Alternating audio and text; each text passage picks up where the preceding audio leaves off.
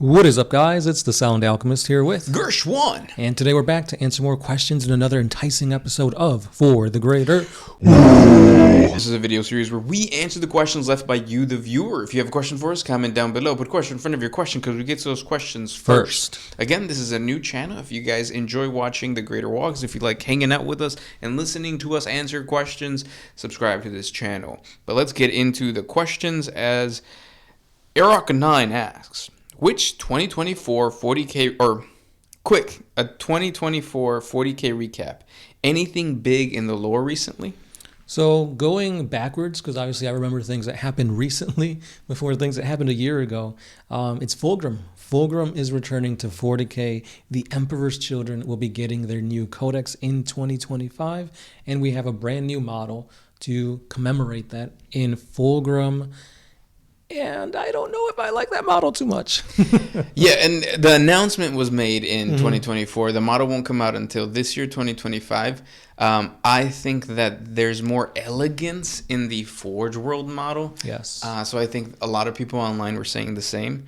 That doesn't mean that you can't just take the Forge World model or 30K model and play it as 40K. Yeah, when I saw it, I was like, oh my God, this looks amazing. What the heck? And then the more I saw it, I'm like, okay, maybe the face looks a little wonky. And then I saw the tail, and it's like, why has he got a claw at the end of his tail?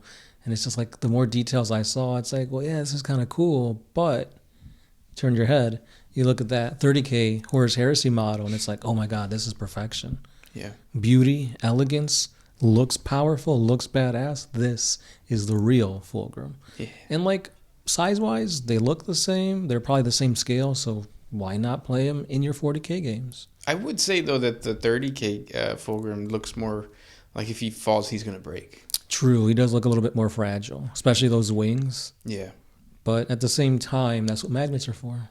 Yeah, I guess. So, yes, Fulgrim is one. The Lion came back. Yes, he did. The Lion was part of a bigger thing in the lore called the Arks of Omen. Mm-hmm. So the Arks of Omen introduced a lot of really cool plots and characters. So yes, you have the Lion, and then you have, what's Chaos dude's name? You have a new demigod in the form of Vastor the Archiphane, the demigod of technology and innovation. Crazy lore just coming out of nowhere, because we've never had a demigod. We've got the gods of chaos, we've got demons, and now we got something in between, to the point where like Be'lakor isn't even really a demigod, but he's still almost to the level of Vastor. They do fight in the Arks of Omen, and Vastor is working alongside Abaddon to attain these keys that will unlock a vault to create a super weapon that will defeat the Imperium. So this is huge when it comes to the lore of 40K.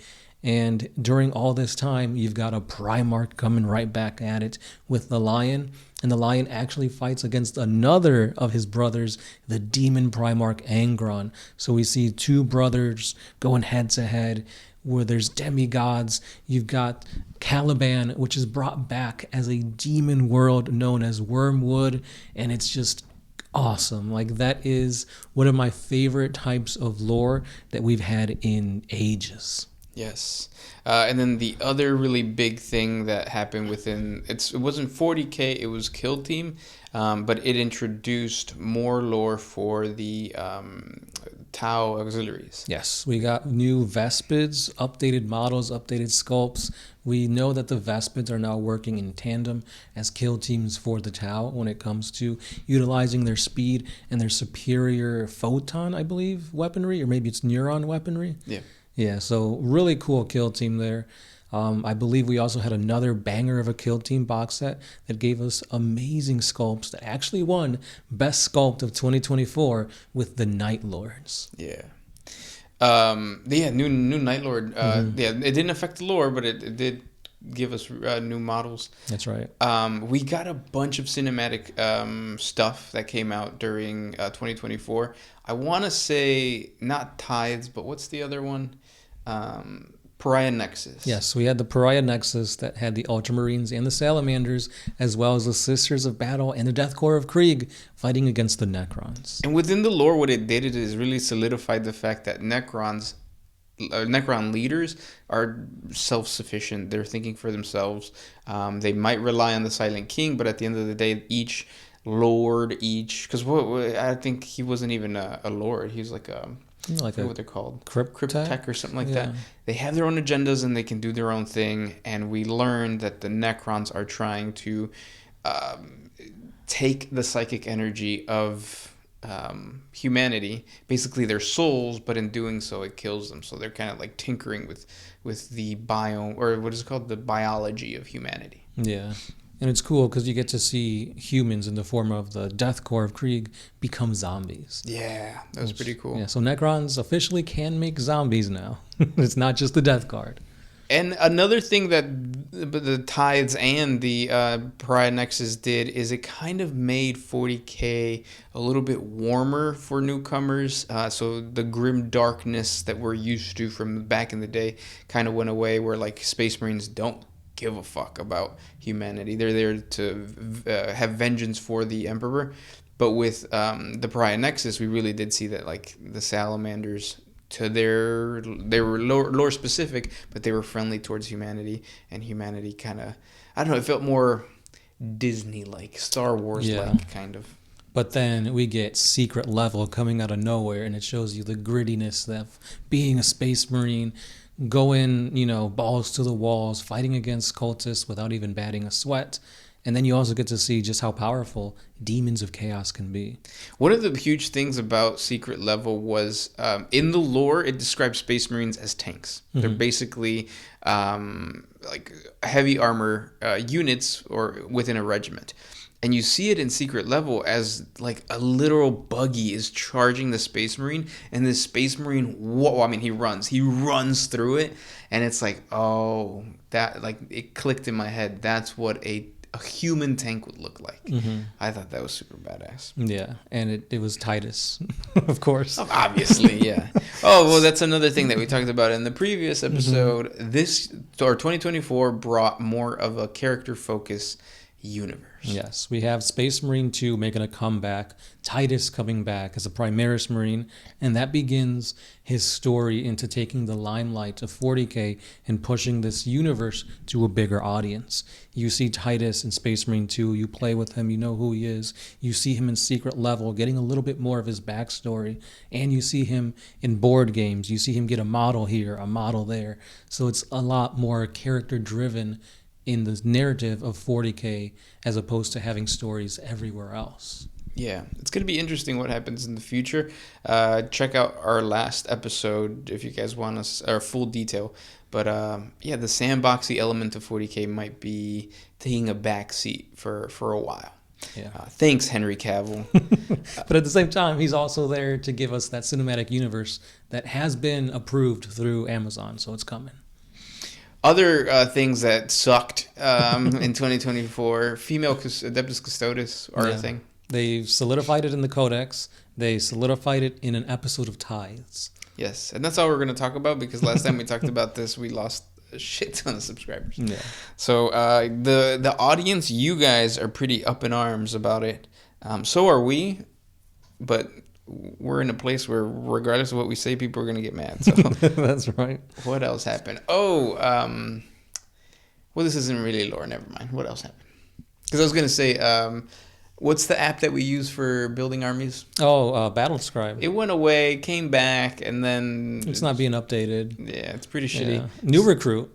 Yep, that's where it's at right now. If you are a developer for New Recruit or whatever, and you want us to shout you out, I mean, we're already doing it, but just let us know, and we'll do something special. Yeah, I believe the app is available through Android, not through iOS yet, but you can use it through your web browser. Yeah, the web browser is even better too, because you can actually click on it. There's just so much detail that you can get. So yeah. Yes. And then anything else from 2024 that you can think of? Yeah, I'm trying to remember what happened early in the year, but like everything's kind of mushed all together.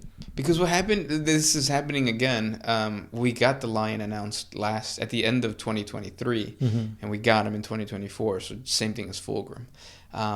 We'll see if Fulgrim brings a chaos or a loyalist. Yeah, I feel like there's got to be something, because right now it's 4 demon Primarchs and just 2 loyalist Primarchs. Yeah. But if we missed anything for 2024, please let us know what it is in the comment section below, and we'll talk about it in the next episode. That's right. Next question. This one is by J Day. Do you think Corvus will lead his chapter again or regain a vigilant Primarch? So Corvus Corax, if you're unaware of his somewhat recent lore, because he's been kind of out of the lore for a long time, is he basically is turning into some kind of a bird monster warp demon hybrid, and he's out there hunting Night Lords, and he's just kind of looking through the shadows at his army, at his loyalists that are kind of also been not doing so well. And I have a feeling that Games Workshop is going to continue this narrative of making loyalist Primarchs a little bit sadistic evil, because they should. Like, I feel like a chaotic Leman Russ, a chaotic Corvus Corax, Corvus Corax. Yeah. For some reason, I thought Curs or whatever. But yeah, making these guys chaotic pushes someone to want to buy the model. More so than just having Gilliman and the Lion, which kind of feel the same. Right, because I mean, if you look at their 30K scopes, why not just get those? Yeah, and we've seen that with the Fulgrim model, so it's really like, do something to make them different. Yeah, I agree. Yeah, and like, I really want to see a wolf in Leman Russ. Yeah, that'd be so badass. Then I'll start playing Space Wolves. Well, probably not, because it's still for children. But yeah. Next question. And this is going to be the last question. I have one from the big one. How come whenever I'm in my car and pass a silent but deadly, everyone assumes it's me? I know it's me every time, but how come I don't get the benefit of the doubt? Maybe you're just a smelly dude. Yeah, or maybe it's just you and somebody else. It was just two people. Yeah. You could argue, oh no, it's the car. That's true. The car has weird smells. Or we went over a skunk or something. Yeah. You know what a skunk smells like, though. So those were the questions for today. If you guys have more questions for us, please comment down below. Subscribe to the channel. If you want to support us, you can by either hitting us up with a super thanks on the One Mind Syndicate page, supporting us on Patreon, or we have an Audible link in the description below. That's right. So again, guys, since this is a new channel for us, let any other people that you know to subscribe, like, comment, and we'll be seeing you guys in the next one. This has been The Sound Alchemist. Gershwan. And we are out.